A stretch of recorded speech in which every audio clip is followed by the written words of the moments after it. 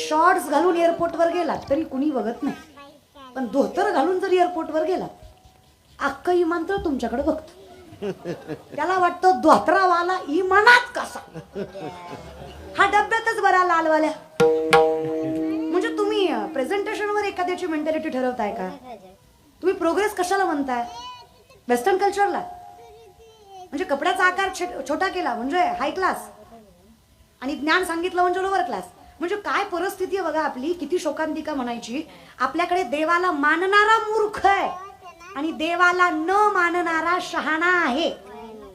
कोण शहाणा?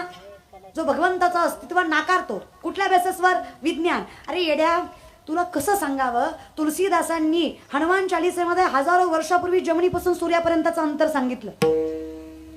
कुठल्याच सुविधेशिवाय, कुठल्याच शस्त्राशिवाय, बेसिस ऑफ अध्यात्म, स्पिरिच्युअलिटी. शास्त्रवेद पहिलं विमान राईट बंधूने नाही, मराठी माणसाने उडवलं. शिवा तळपदे नाव त्याचं. मुंबईच्या चौपाटीवर शास्त्रवेदांच्या अभ्यासावर शून्याचा शोध लावणारे, ज्यांना विश्व मानतं ते आर्यभट्ट आध्यात्मिक होते. आर्यभट्ट होते ते. शिखारा खायचे, जगाच्या बापाला मानायचे, हिंदू धर्मातले होते.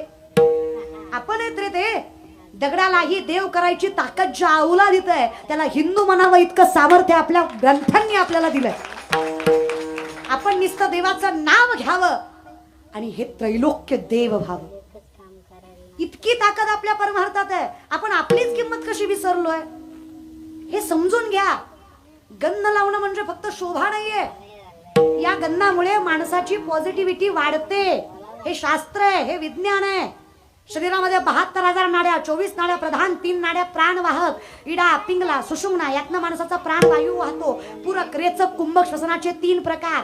याच्यावर ज्याचा अधिराज्य आहे. 3.5 वेडे गमसली कुंडलिनी शक्ती बेंबीच्या देटापासनं षडशस्त्राचं भेदन करत भ्रमरंध्रात जाऊन मिळते. त्यावेळेस माणसाला समाधी लावायची ताकद निर्माण होते.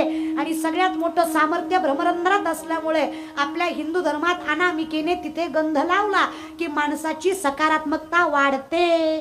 हे विज्ञान आहे. मूर्ख नाही आम्ही. आम्ही जे म्हणतो तुळशी माळा गळा, गोपी चंदन टिया, हृदयी कळवळा वैष्णवांच्या. कुठल्याही गोष्टीला सायन्स आहे रे पाठीमागे. 15 दिवसातनं 1 दिवस केलेला उपास आम्हाला 14 दिवस सामर्थ्याने निरोगी राहायची ताकद देतं.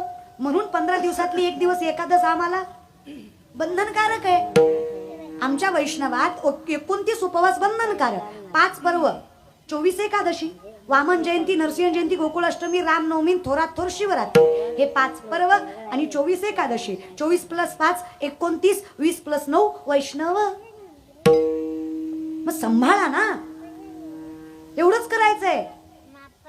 हस्त पवित्र यदि दान पुण्यम, पाद पवित्र यदि तीर्थयात्रा, मुख पवित्र यदि नाम घोषम, हृदय पवित्र यदि ब्रह्मनिष्ठा. शास्त्र बदलू शकता का तुम्ही? पण शास्त्र खोटं बोलत. हात पवित्र करायचे, दान करा. करा ना. 100रातले 10 रुपये देवाला द्या. न्यायोपार्जित वित्तस्य दशमांशेन धीमहि कर्तव्य विनियोगस्य ईश्वर प्रीत्यर्थ एवच. 100रातले 10 देवाला दिले की 90 नारायण सांभाळतो. 100च्या 100 खिशात घातले की 100 खिसा फाडून पडत्यात. हे बदलू शकता का तुम्ही? मग द्या बाबांनो. बरं दिल्यावर बोंबलू नका. आमचं देणं कमी, बोंबलणं जास्त. हा, सत्यात पावती कमीची पण आवाज मोठा.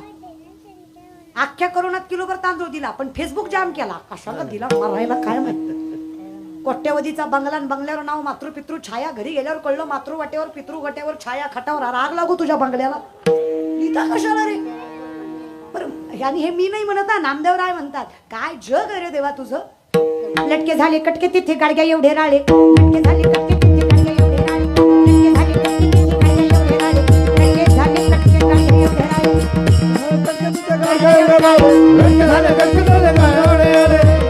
कटके गाडग्या एवढे राळे. उडत चिमणी सरत चाले तिचे वाटी एवढे डोळे. उडत चिमणी सरत चाले वाटी एवढे डोळे. लटके झाले कटके तिथे गाडग्या एवढे राळे. लटके झाले कटके तिथे गाडग्या एवढे राळे. लटके झाले कटके तिथे गाडग्या एवढे राळे. लटके झाले कटके तिथे गाडग्या एवढे राळे. लटके झाले कटके तिथे गाडग्या एवढे राळे.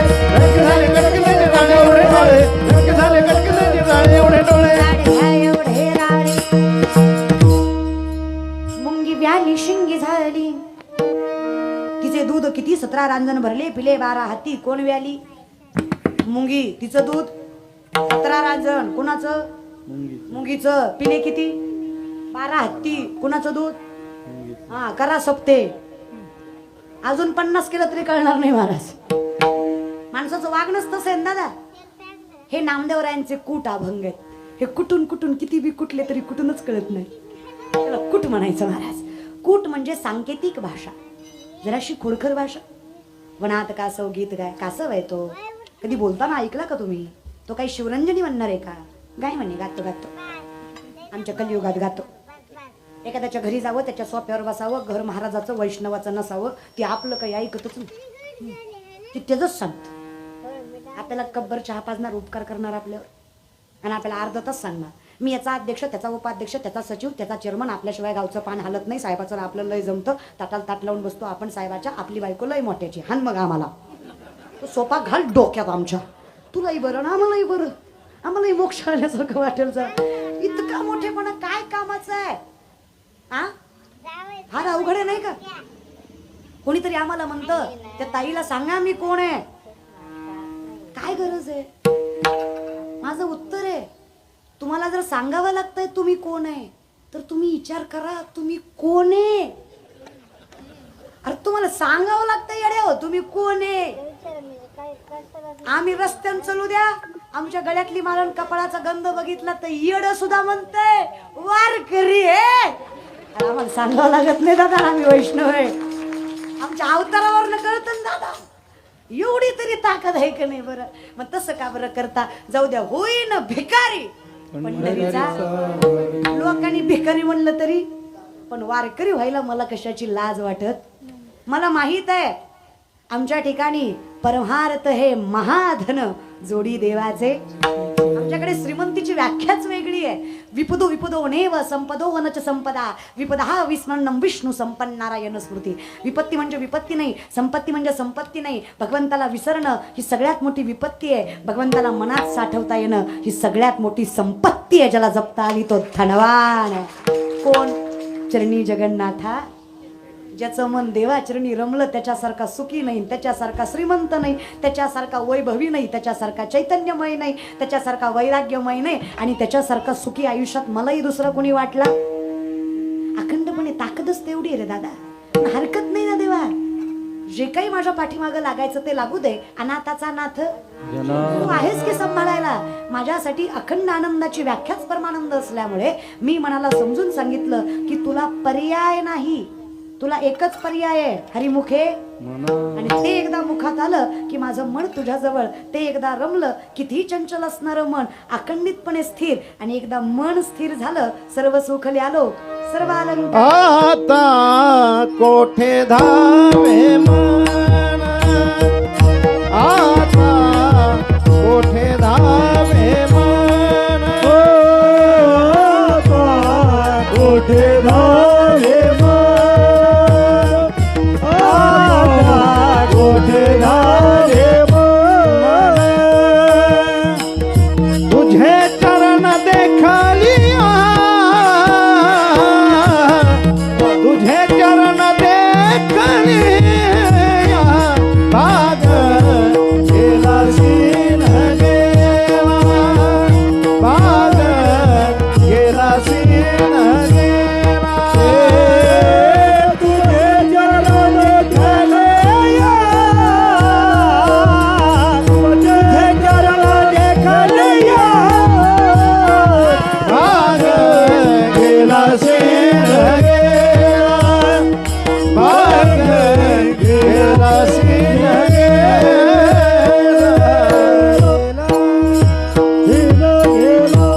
भाग गेला शिन गेला अवघा झाला. आनंद काय राहिलं सांग ना देवा. माझे चित्त तुझे पाया मिठी पडली नोहे सारिता. कुणी तुला मला वेगळंच करू शकत नाही. मन तुझं झाल्यावर आम्हा या परस्परे एका नामाचीच अंतरे. नाम स्वरूपी फरक राहिला. मग उरलं काय देवा? वैकुंठ काय, पाताळ काय, मृत्यू काय?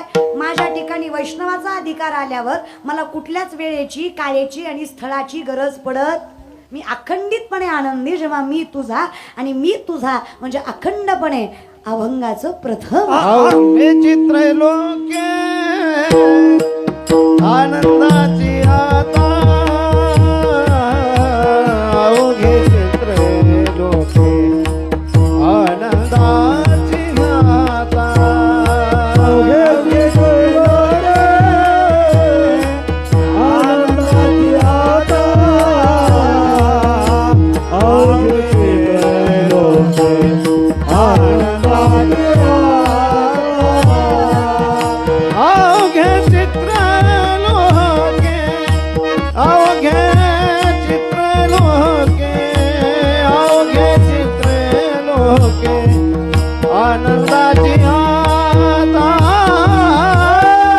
अवघे चित्र लोके अवघे चित्र लोके अवघे चित्र लोके आनंदाची अवघे चित्र लोके आनंदाची आता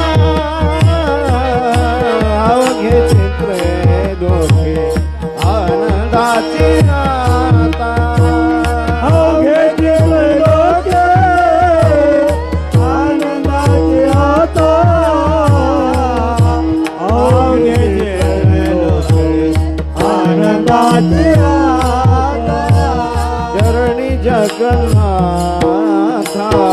चित्त ठेले चरणी जगन्नाथा चित्त ठेले चित्त ठेले चित्त ठेले चित्त ठेले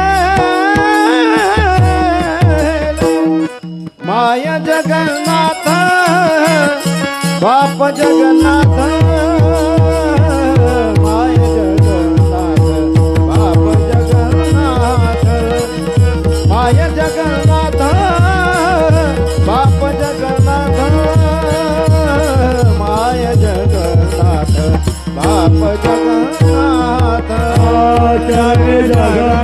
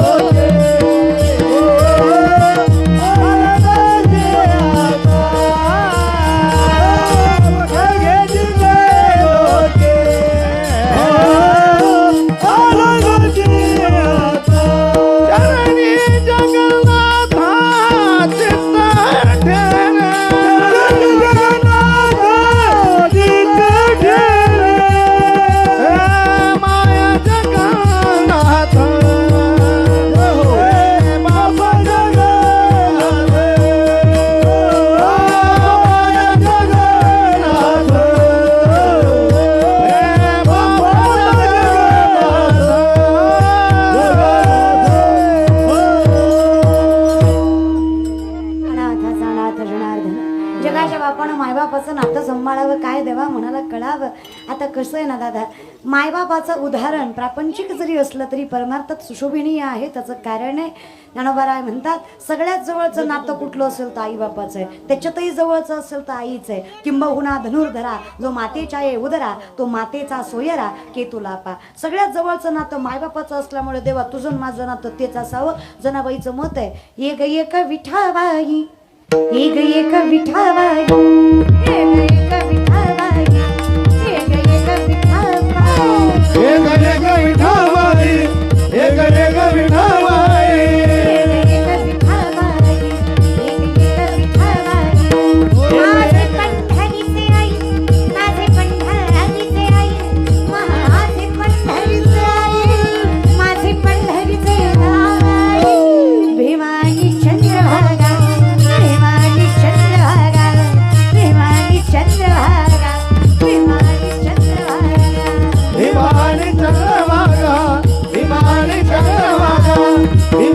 वाणी चंद्रभागा तुझी वाणी चंद्रभागा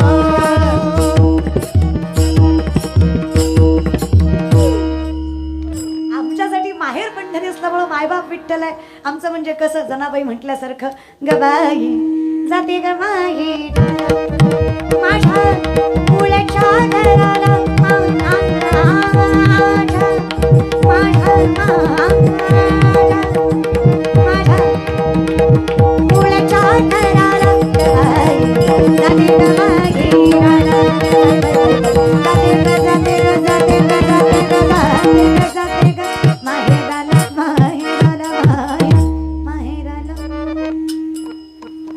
कधी कधी मी पुढं असू दे ना माझ्यासारखं जाते ग माहेराला. आमचं माहेर असतंय ना आमच्यासाठी मृत्यू लोकी एक नगर त्याचे नाव पंढरपूर तेथील मोकाशी वासे विठ्ठल. तुम्ही संत माय बाप तेव्हा उपकार करा या मजती तवरी दाखवा विनाचा सोय. पण असं गावही नाही. ऐसे चंद्रभागा ऐसे भीमा तीर ऐसा विठेवर देव कोठे. ऐसे चंद्रभागा ऐसे भीमा तीर ऐसा विठेवर देव कोठे. विनंती आहे जो कोणी भेटेल त्याला म्हणतो आम्ही गरुडाचे पायी गरुडाचे पायी ही मी वेळो वेळा डोई वेगळ्या नावात हरी नावात हरी वेगळ्या नावात हरी नावात हरी. मजदिनाचे कोणी नाही मला अनाथ आहे दिन गरीब कोणी नाही आपल्याला. मजदिनाचे बुद्धरी मजदिनाचे बुद्धरी मजदिनाचे उद्धरी उद्धरी वेगळ्या नावात हरी नावात हरी वेगळ्या नावात हरी नावात हरी वेगळ्या नावात हरी नावात हरी वेगळ्या नावात हरी नावात हरी.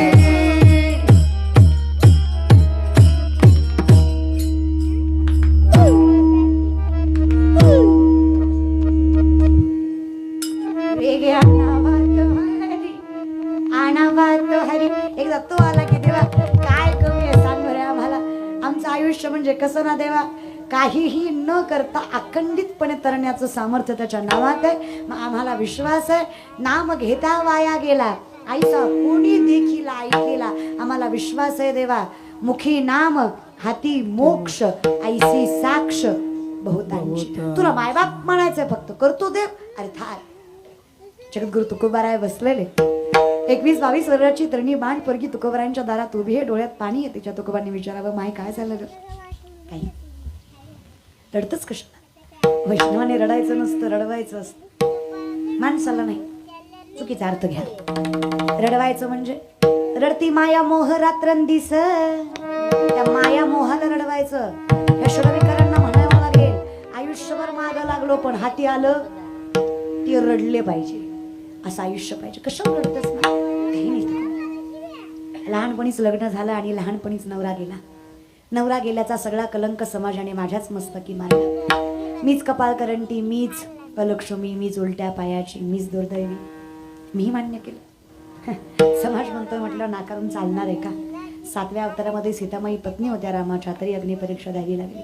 माझ्यासारख्या प्रापंचिक पोरीनं कोणाकडे हात पसरायचा म्हणून कधीच कोणाला काहीच म्हटलं नाही. जे म्हटलं ते मान्य करत गेले. पण माझा एक प्रश्न आहे माय माऊल्या आई म्हणून तुम्हाला नवरा मरण बाईच्या हातात असतं का. तरी सुद्धा त्याचा दोष बाईला का. तिने औक्षण करायचं नाही तिचा नवरा मेला. तिने कुमारिकेला कुंकू लावायचं नाही सवाशिनीच्या पंक्तीत बसायचं नाही तिचा नवरा मेला. तिने पूजेला पुढं बसायचं नाही तिचा नवरा मेला. तिने फार आवरायचं सवरायचं नाही तिचा नवरा मेला. माझा एक प्रश्न आहे ज्या बाईनं नवऱ्यानंतर एकटीने संसार सांभाळला पंढरपुराचे विठ्ठल आणि रखमाई दोन्ही तीच झाली. पदराखाली लेकरं वाढवली आपलं पातिव्रात्य सांभाळून समाजाला तोंड देत आपला प्रपंच सांभाळला. त्या बाईला एका कुंकवाच्या टिकल्यामुळं चुकीचं ठरवणं कितपत योग्य आहे. कुठलं शास्त्र आहे हे कुठेच नाही. नवऱ्याच्या अगोदर जाणारी बाई जर सौभाग्यवती असेल तर नवऱ्याच्या नंतर जिने घर संसार सांभाळलं पातिव्रात्य सत्व सांभाळलं ती बाई अखंडितपणे गंगा भागीरथी आहे. नवऱ्याच्या अगोदर जाणारीचा अधिकार जर विठ्ठलाच्या चरणाशी असेल तर नवऱ्यानंतर लेकर वैभवाला नेणारीचा अधिकार महादेवाच्या मस्तकावर असतो. मग तुम्ही सांगा श्रेष्ठ आणि कनिष्ठ कोणते? चुकीच्या रूढी परंपरा सगळ्यांनी मान्य केलं म्हणून तुम्हीही केल्या. धर्माचा आणि याचा काही संबंध नाही या विषयात.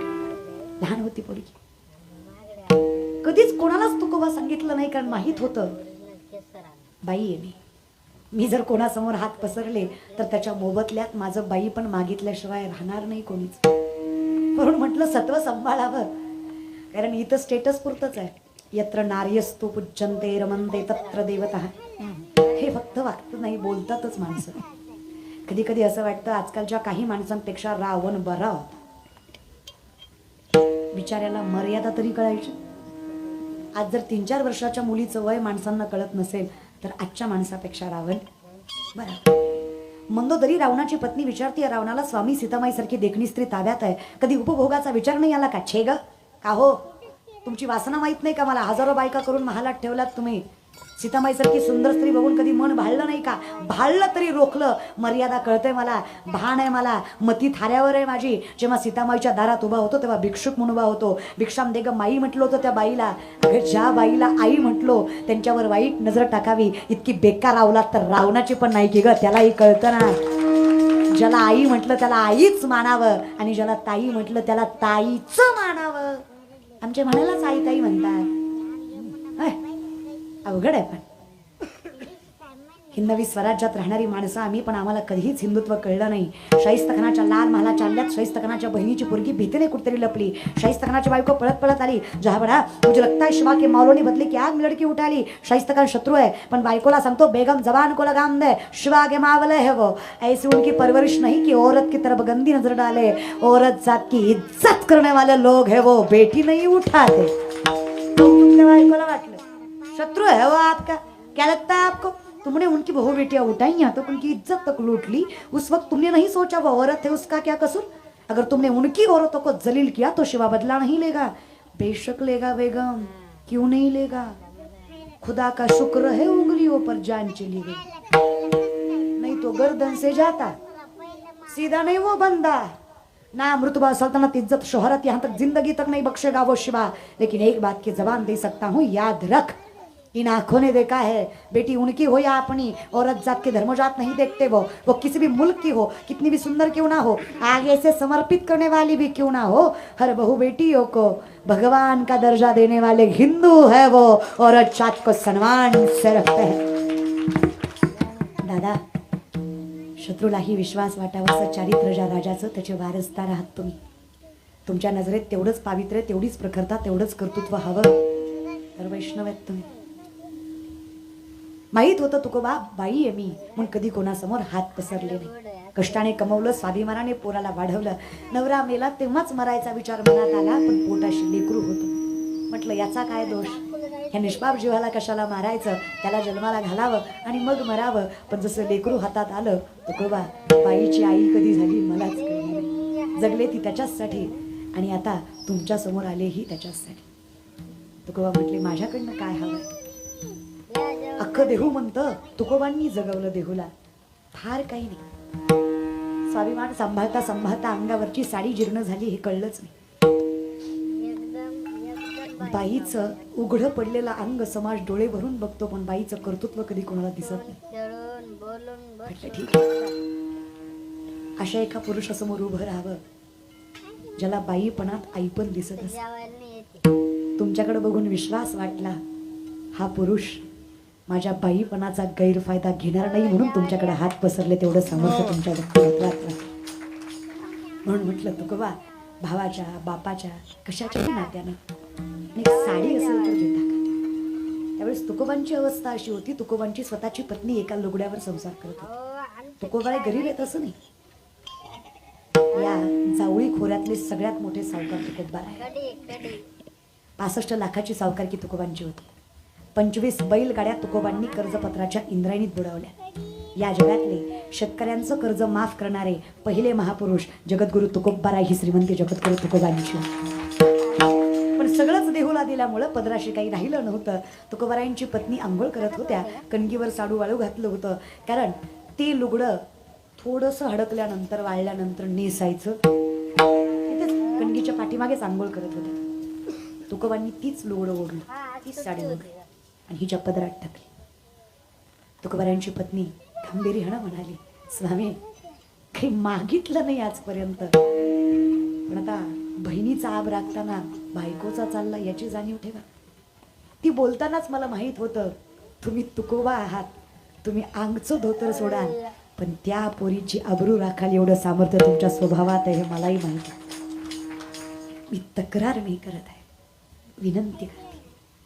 मलाही बाहेर यायचंय, मलाही समाजाला तोंड दाखवायचं.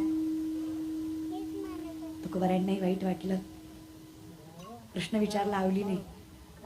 एवढी वर्ष संसार करते मी तुमच्या समोर वावरते. मी एका लुगड्यावर संसार करते याची जाणीव तुम्हाला कधीच झाली नाही का? तुकोबा म्हटले, अगं काय सांगू आवली, मी नामस्वरूपी तुझ्याकडे बघतो.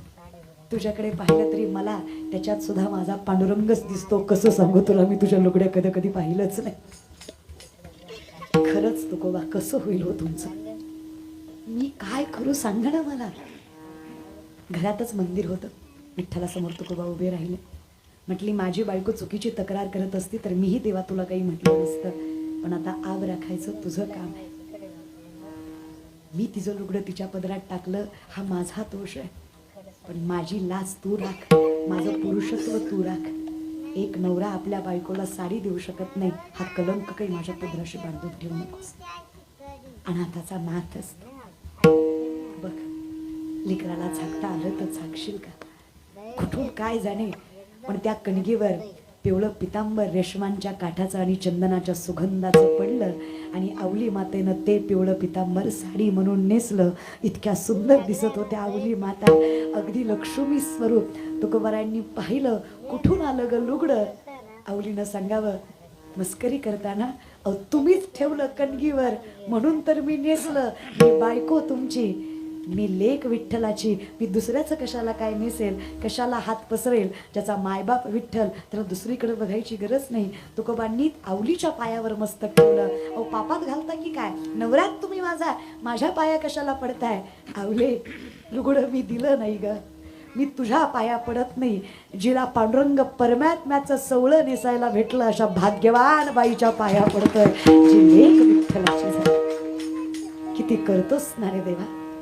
चोकोबांसाठी महार झालास, हृदयासाठी चांभार झालास, गोरोबांसाठी कुंभार झालास, नरहऱ्यांसाठी सोनार झालास, आमच्यासाठी मायबाप झालास, सखूबाईसाठी सखू झालास, कानोपात्रेला गाभाऱ्यात जागा दिलीस, जनाबाईच्या गौऱ्या थापल्यास, मुक्ताईंना समरूप करून घेतलंस, ज्ञानोबांची भिंत चालवलीस, तुकोबांचा गाथा तरवलास, नातांच्या घरी 36 वर्षीनं कावडीनं पाणी वाहिलंस.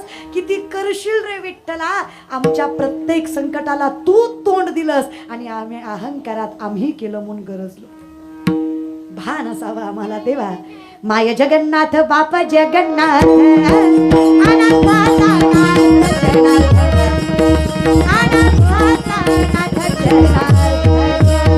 माय जगन्नाथ बाप जगन्नाथ, अनाथाचा नाथ जगन्नाथ, अनाथाचा नाथ जगन्नाथ.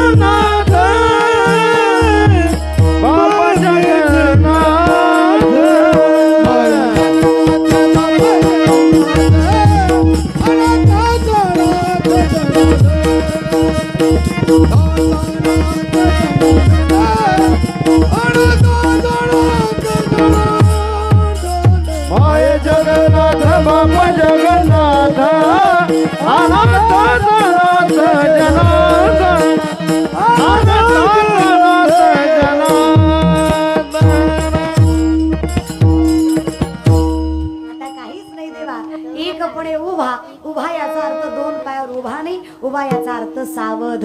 तुझ्या दारी आलो आणि सावध झालो, सावध झालो, सावध झालो, हरीच्या आलो. तुझा झालो आणि कळलं मी एकटाय, माझं कोणी नाहीये, एकपणे उभा. आता आत्मा परमात्मा याच्यामध्ये कोणाचीच सामर्थ्यता येत नाही. आता मला कळलं विषय तो त्यांचा झाला नारायण, नावडे जनधन माता पिता, निर्वाणी गोविंद असे मागे पुढे काहीच असा कडे पडून येते. आता मला कळलं देवा सांभाळणारा तू आहेस, नाव माझं आहे. आता काय अखंडितपणे भजन, दोन्ही हात वर कर प्रेमाने, दोन्ही दोन्ही. जेवढे पटकन आणि चांगले हात वर कराल तेवढं पटकन सुटाल, जेवढे आखूट ठेवाल तेवढे गुताल, जे घेणार नाही ते निघणारच नाही. तुमचा विषय प्रेमाने. लक्ष्मी शारंग